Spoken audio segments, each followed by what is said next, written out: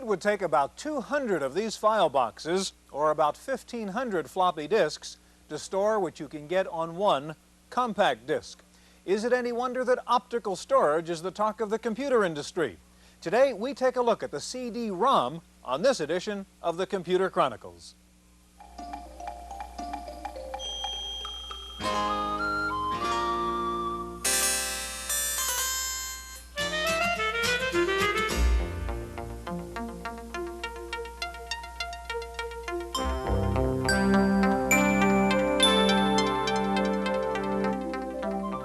The Computer Chronicles is made possible in part by AFIPS, the American Federation of Information Processing Societies. AFIPS, along with these constituent societies, brings you the National Computer Conference, NCC 86, offering a showcase of advanced technology and the industry's foremost professional program. For conference information, call 800-NCC-1986.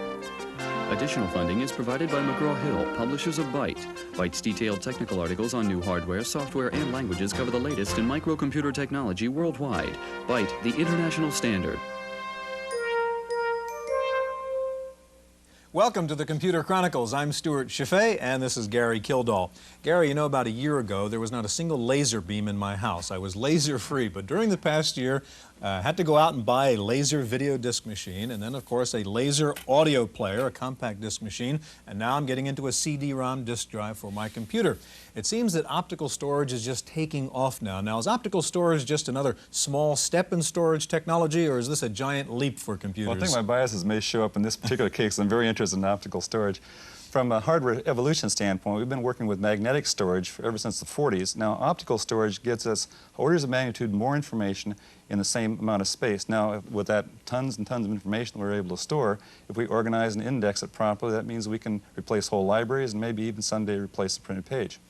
On today's program, we're going to take a look at laser storage, optical storage technology. We're going to look at an encyclopedia on a laser disk, something you may know a little bit about. We're going to see a worm disk, a laser disk you can write to, and we'll see massive databases that you can buy, not online, but on a laser disk. We're going to begin by taking a look at the technology of optical storage. The magnetic disk, preeminent recording medium for most computers, could soon become a fringe accessory as the vastly more powerful optical disk comes closer to being mass-produced. Offering up to 1,000 times more storage than magnetic media in the same format, the read-only optical disk records information in small pits or bubbles burned in by a high-intensity laser. These encoded marks, much smaller than those on magnetic disks, are later read back by a low-energy laser beam. The long-awaited erasable disk is actually a magneto-optical medium, using a laser to change the polarity of magnetized spots in the light-sensitive surface. Still in its infancy, this industry is faced with several different standards, from 120mm read-only CD-ROMs to several kinds of 130mm or 5¼ writable disks. The compact disc standard, or CD-ROM, is ideal for pre-recorded databases where you would logically go in sequential fashion. For example, if you're searching a large database, this is an ideal methodology. It is, however, too slow for direct access of computer information, particularly computer software. We feel there is a need for a rapid access version where the disk would rotate at constant RPM, constant angular velocity, and the optical head will zip back and forth by reading the format information. And the key is that it'll be physically interchangeable in the same disk drive as this in its write-once form and with the erasable read-write disk. The enormous capacity of CD-ROMs, about 250 megabytes per side, has attracted much attention from manufacturers at a time when computer sales are leveling off. Why is the computer industry in a slump today? Because there are, in an average building like this building right here, I probably have 30 personal computers in this relatively small building, of which at any one time 25 are gathering dust. There has not been enough easy, accessible user applicability developed to make it a tool that the average person finds easy and comfortable and worthwhile. What optical provides is one more part of the jigsaw puzzle. Only one part, not the total part, but at least an important part of solving the jigsaw puzzle of making that immense power that's available in the personal computer usable to the average person. As with the first PCs, finding clever uses for the voracious optical disc is just a matter of time. But for a technology that shows such promise from the start, the future is even more remarkable. But there is a very clear route in optical to put such increase of density on the disk that it becomes almost no longer a question of any limit possible. It becomes to the point where a single disk can approach the human brain.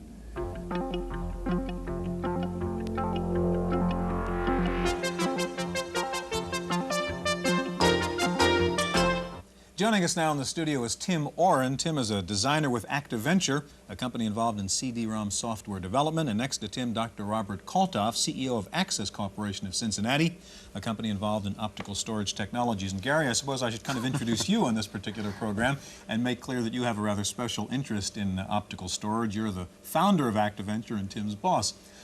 Gary, let me ask you the first question then. It's a long way from CPM to CD-ROM. What is it about optical storage that got you so fascinated in it? Well, about 2 years ago, Digital Research was doing a project in video discs that I was directing, and that project was dropped, and I asked permission from the board of directors if I could go out and form a company to pursue optical publishing. And it's just that tremendous amount of information that you can store out there. What do you do with it? An encyclopedia is sort of a prototypical example, so I thought I'd chase that one down. Okay, we'll get to your encyclopedia in just a minute. Bob, in general, is optical storage something that we're seeing as something that will replace magnetic storage devices or that will work with magnetic storage devices? Certainly with. I doubt that it will replace it at all. Why? Because I think that you're talking about in computer applications. Yes, yes. Well, I think optical disc is probably 5 years away from the time that could be even possible. In the meantime, you're going to have erasable optical disc media that will be in there, and that would probably have an effect long before the fixed disc itself could.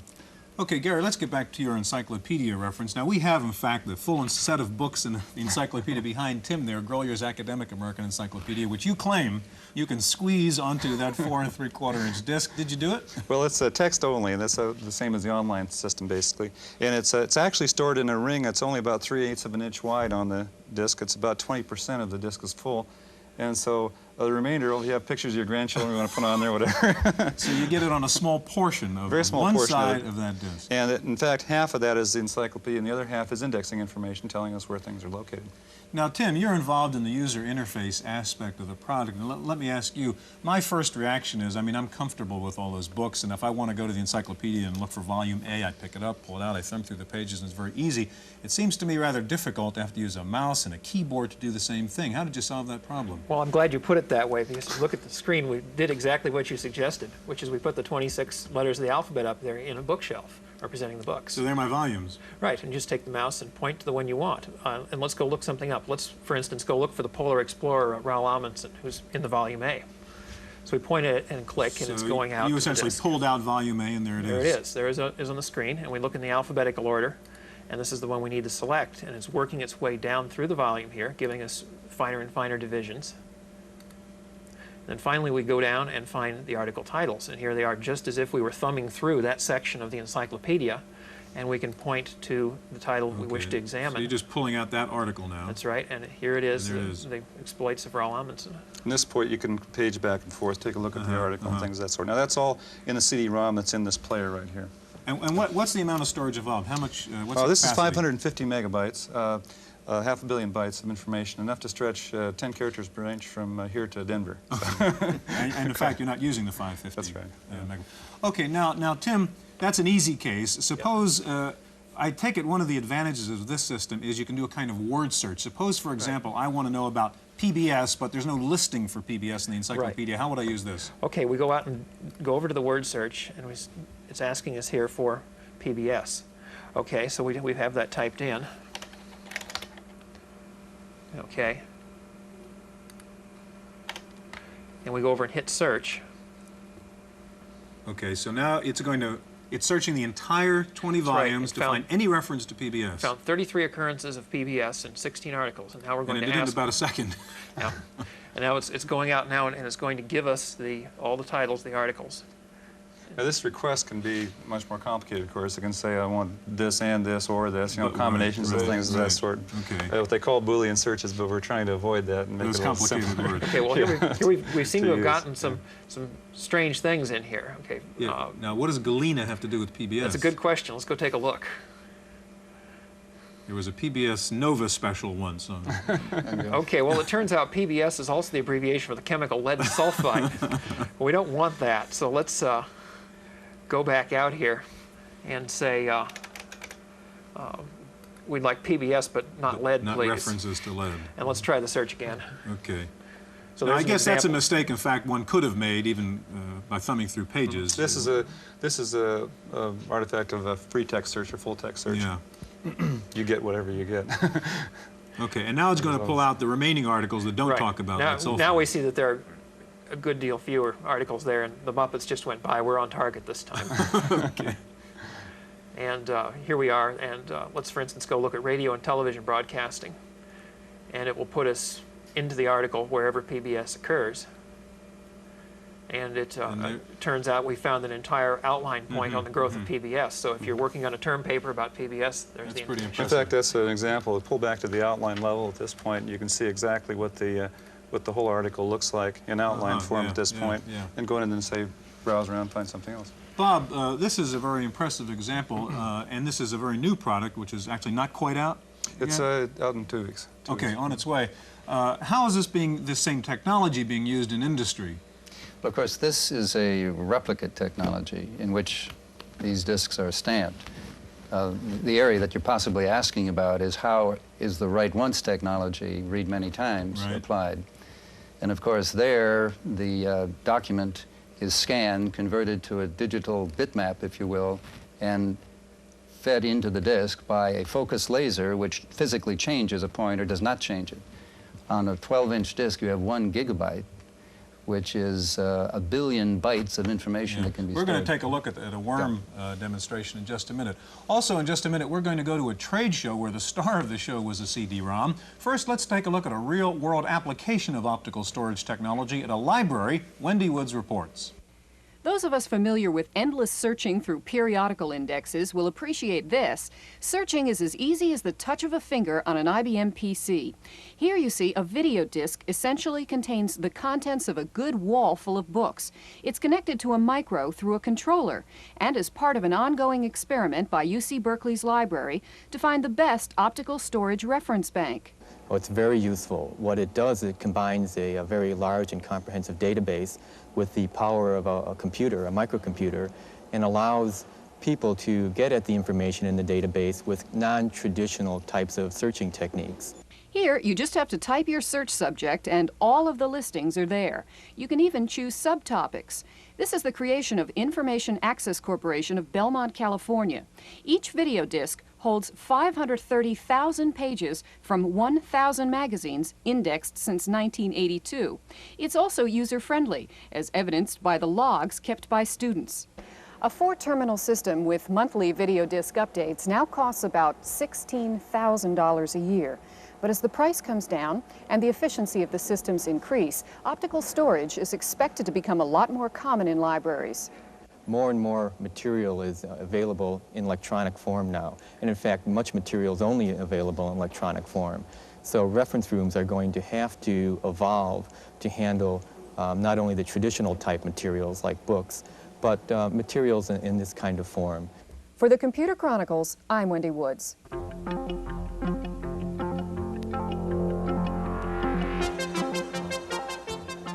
This is the Information Industry Association's convention here in Washington, D.C. And the star of the show is this little compact disc. Why? Because it holds a heck of a lot of information. About 600 megabytes, or about 300,000 pages of work. With that kind of storage capacity, applications are not hard to find. There are CD-ROM encyclopedias, 4 years' worth of a newspaper on one compact disc, CD-ROM databases for drugs, and CD-ROMs replacing the old print version of the Realtor's multi-listing book, complete with custom searches and graphics. One of the new players in the CD-ROM field is Digital Equipment Corporation. It's just come out with a CD drive for its Microvax and Rainbow PC. The drive also works with the IBM PC. DEC is offering a variety of scientific and technical databases and some customized applications like this one. A manufacturing company can put all its maintenance manuals on one small compact disc and distribute them around the world. Then, if an assembly line goes down anywhere, the maintenance supervisor can go to the computer, ask for help, find a description and schematic of the faulty part, in this case a robot arm, and complete instructions on how to repair it. Ed Schmidt is in charge of digital CD-ROM marketing, and he says the move to optical storage for computers represents an information age revolution. Compact disc in particular represents really a major discontinuity in the cost of producing and distributing information, and probably you have to go back to almost the invention of movable type and the printing press to find something that's as step function different than the way it was being done before. I think whenever you have something like that happen, it results in a major new evolution of new applications and technology, and that to me is particularly exciting. Several problems face the burgeoning CD-ROM business. One is the old bugaboo of standards. DEC has proposed an information retrieval format called Unifile, but there is still dissent within the industry as to which standard should prevail. Another concern with optical storage is a relatively slow access time, but Digital's Ed Schmidt says it's not a problem. The access time of a compact disc, depending on which manufacturer's product you use, is probably somewhere around 1 second. To a typical computer people, that is a very slow period of time. Magnetic disks have access times of milliseconds. Floppy disks are about 1/4 of a second. However, based on the feedback we've gotten from actual use of this product in applications, in general, the users seeing these applications demonstrated have been impressed with the speed at which the information can be retrieved and shown on the screen. The big question is, when will CD-ROM systems come down from the factory and the large corporation to the average user? Atari has promised a $700 CD-ROM drive for its new 520 ST, but Ed Schmidt has his doubts. I'll believe it when I see it. Tramiel has made a considerable number of announcements of products that never appeared and never were shipped, and I think, based on what we know about the cost of that product, I think he would have a tough time doing that. But at whatever price, these new CD-ROMs are incredible. If you wanted to transmit online all the information on this one compact disc, you would have to transmit non-stop at 1200 baud for 46 days. Stewart, with large databases like that, it just shows a wide range of applications we're going to see with CD. Okay, I want to ask you more about your encyclopedia in a minute. First, I want to introduce Fred Lloyd, who has joined us. Fred is the head of software development with ISI, Information Storage Incorporated of Colorado Springs. And back with us again, Dr. Robert Kaltoff of Access Corporation. On your encyclopedia, there were no graphics pictures are there in the computer CD-ROM version of that. You said you had all that room left over in the disk. What's the problem? Well, the obvious next step is to go ahead and include pictures. It's not really difficult. You have to just go ahead and digitize or put them in some form that can be displayed again. And then, of course, the next step is to go beyond just simple pictures, but actually some animation and that sort of thing. I guess there's a space problem? Space, not too much of a problem, in the sense that if you try and digitize, say, a black and white picture and you have beautiful resolution, you can take up to about 1 megabyte, but that can be compressed, and there are ways of reducing it somewhat. Okay, we've been talking about CD-ROMs. Now we're going to talk about worm disks, and I want you to explain the difference in the two. Well, about a year ago, I met Fred at the November Comdex and with some of the other people from ISI, and they showed me some of the pre-production versions of their worm drives. That stands for Write Once, Read Mostly. And this is in comparison with a CD-ROM. CD-ROM is a lot like a book. It's printed. You don't usually write in a book in the same way you don't write on a CD-ROM. And a worm disk is basically blank. It's like a blank piece of paper to begin with, and you write on it, and it accumulates information. But you can only write what you cannot rewrite. Now, the interesting thing about Fred's system when I first saw it is 100 megabytes per side of the disk, and this makes a fantastic peripheral to a computer system. What basically does this medium cost, anyway? This media will sell for about $60 a copy when it's in volume production. Our media is enclosed in a really tough plastic cartridge to protect it against the weather and the elements with a stainless steel door. Now, how do you see the use of this particular drive? This particular drive can be used not only for backup, for which it's an excellent medium, but also for your online data, things that you use every day but don't change. So like documentation or programs, things of that sort? Exactly. Okay. Now, how have you set this thing up so that you work with, say, an IBM PC? Well, The initial setup involves nothing more than plugging in the circuit card like you would for any peripheral and running a simple installation program on the disk. Fred, one of the problems I would think, you've got 100 megabytes of site here. You can store, what, 1,600 files, I think it is, on one of theirs, something like that. How do you manage all that information on the disk? The information is managed with our proprietary software, which we make available with the drive, called ISI-DOS. ISI-DOS solves the management problem. Why don't you show us, if you will, on the Sure. system? And this is compatible with PC-DOS, so it's as far as the file structure is concerned. Absolutely. It's actually an add-on to PC-DOS that helps PC-DOS understand write-once media. Okay. The optical directory, in the case of this disk, currently has 1,600 files on it. It could have as many as 65,000 files on it. Now, is this your own personal disk that you use here for your development work? Yes, it is, actually. How long have you been using this one disk? I've been using this disk since last June. Okay. And I might point out it says they're 111 megabytes free. Yes, that's correct. As we look at the master directory, we see there's a very large number of files. And also, we see that in some cases, the same file will appear more than once. This is something that you won't see on a magnetic drive. Right, so then you have the revision number that tells you just, these revision numbers just increment as you make new changes to the files themselves. And That's right. That way you always have access to your old file, and you can see how a file is changed on a day-by-day basis. so this is a perfect archival kind of a device, because you can go back to the very first line of code, for example, of your program, or you can go back to the very first line you wrote for a particular application and recover it. That's Okay, Fred, exactly when you right. want to write to the optical disk, what do you do? Writing to the optical disk is very similar to copying with the standard DOS copy command. To write from one drive to another, you would say copy, file name, to another drive. In the case of the IS-DOS system, you simply say IS copy. That tells the system to use the optical drive and followed by the file name. And we're doing that now. And as You're we're copying something, what, from the hard disk onto the optical disk? That's correct. And right now, as we can see, the computer has noticed that there are 13 other versions of this file that I've just copied. So it's automatically told me that I've made an update, a change. And it's done. Yes. It's done it. And there's no way short of scratching the medium itself, I guess, is to get rid of that particular program. That's right. It's there for good. damage it. Bob, I want to ask you, how do you see applying this kind of technology, which is pretty impressive, in the workplace and industry?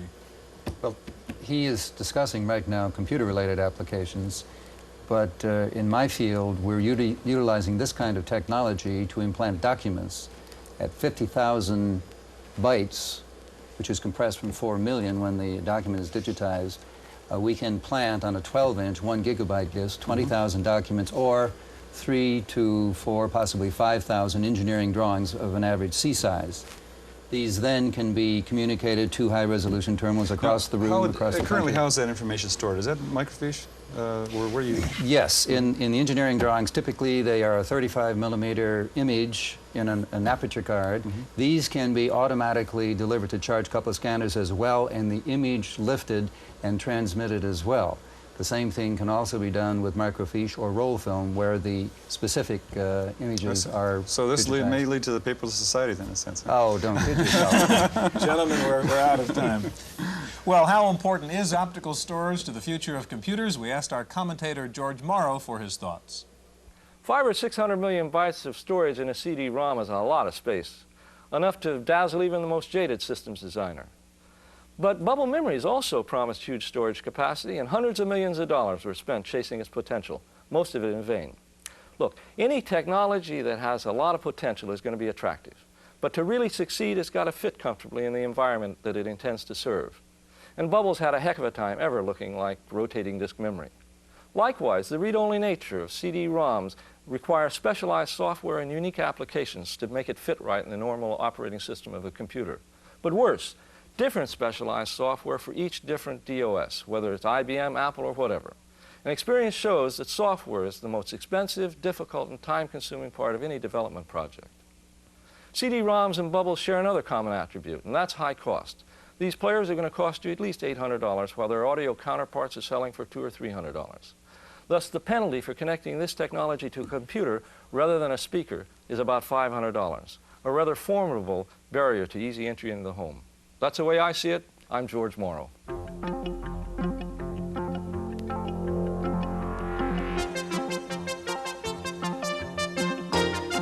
In the Random Access file this week, Apple reports that for the first time ever, the Macintosh earned more money for the company than the Apple II. The results are from the first quarter of 1986. Mac sales have boomed in the area of desktop publishing. And Apple is promising to bring out at least 6 new computers in the next 12 months. The first new unveiling is expected to be the Apple IIX. It reportedly will feature a 16-bit chip, making it much faster than the Apple II. It'll also come with an upgraded 6502 for 2E and 2C compatibility. Other features rumored are a detachable keyboard, built-in networking, built-in color graphics, and 4 expansion slots. Zenith has announced the first new CRT technology in years. The new Zenith Flat Tension Mask, or FTM, supposedly eliminates faceplate reflection. The tube is being offered first to OEMs. Some potentially devastating news for the makers of tax preparation software. The IRS has ruled that tax software which provides substantive tax instructions will be considered a tax return preparer, subject to a variety of fines. The potential liability problem could put the tax software companies out of business. Is the microcode on a computer chip software or hardware? That's the fundamental question being decided in a San Jose courtroom where Intel is suing NEC on a copyright infringement claim. If the microcode is software, it can be copyrighted. If it's hardware, it can only be patented. Time for this week's software review, and here's Paul Schindler. Even if you've never worked in a place with time cards, this scene should be familiar to you. It must be easy to understand. Even the slowest people can use a time card rack. Well, that's just what Paul Heckel had in mind when he created Zoom racks. The biggest problem with database management software is that people can't get a picture in their minds of how the stuff would look if it were on paper. Spreadsheets are easy. Word processors are easy. Database managers are tough. So we have Zoom racks. The first line of each card shows up on a summary. With a single keystroke, you can take a look at a card. Another keystroke takes you back out to the rack. Notice the words look funny. Zoom Racks uses a special smart zoom to make up abbreviations. For example, it says Press Rels Etten. That's clearly Press Release Edition, as we see on the full card. You move around the rack with arrow keys or by typing numbers. We move over to the contact list and assume that HCK is Heckel himself. We're right. Zoom Racks isn't perfect, but it is interesting, and it's relatively cheap at $125 from QuickView Systems in Los Altos, California. For the Computer Chronicles, I'm Paul Schindler. In our legislative update file, California's computer privacy bill is moving to the state Senate. The legislature has a deadline of June 26th for the bill to be included on the November ballot for ratification. And in New York, that state's computer crime bill has moved out of committee. The New York bill creates the new crime of computer trespass, making it illegal to gain unauthorized access to a computer. The University of Maryland has just completed a study on what happens in an office when PCs move in. The results are interesting. Managers move from handwriting first drafts to typing them on computers. Secretaries are used less for first drafts. Managers ask for more rewriting of documents, believing changes are easier to make. Financial analysis moves from mainframes to PCs, and workers stop using the copying machine, printing multiple copies of documents on their printer. A researcher at Virginia Tech is trying to dig up the remains of one of the world's earliest computers, the Mark III. It was apparently dumped in Maryland in the late 1940s. It was the first computer to use drum storage, which eventually led to the disk drive. That's it for this week's Chronicles. We'll see you next time. The Computer Chronicles is made possible in part by AFIPS, the American Federation of Information Processing Societies. AFIPS, along with these constituent societies, brings you the National Computer Conference, NCC 86, offering a showcase of advanced technology and the industry's foremost professional program. For conference information, call 800-NCC-1986. Additional funding is provided by McGraw-Hill, publishers of Byte. Byte's detailed technical articles on new hardware, software, and languages cover the latest in microcomputer technology worldwide. Byte, the international standard.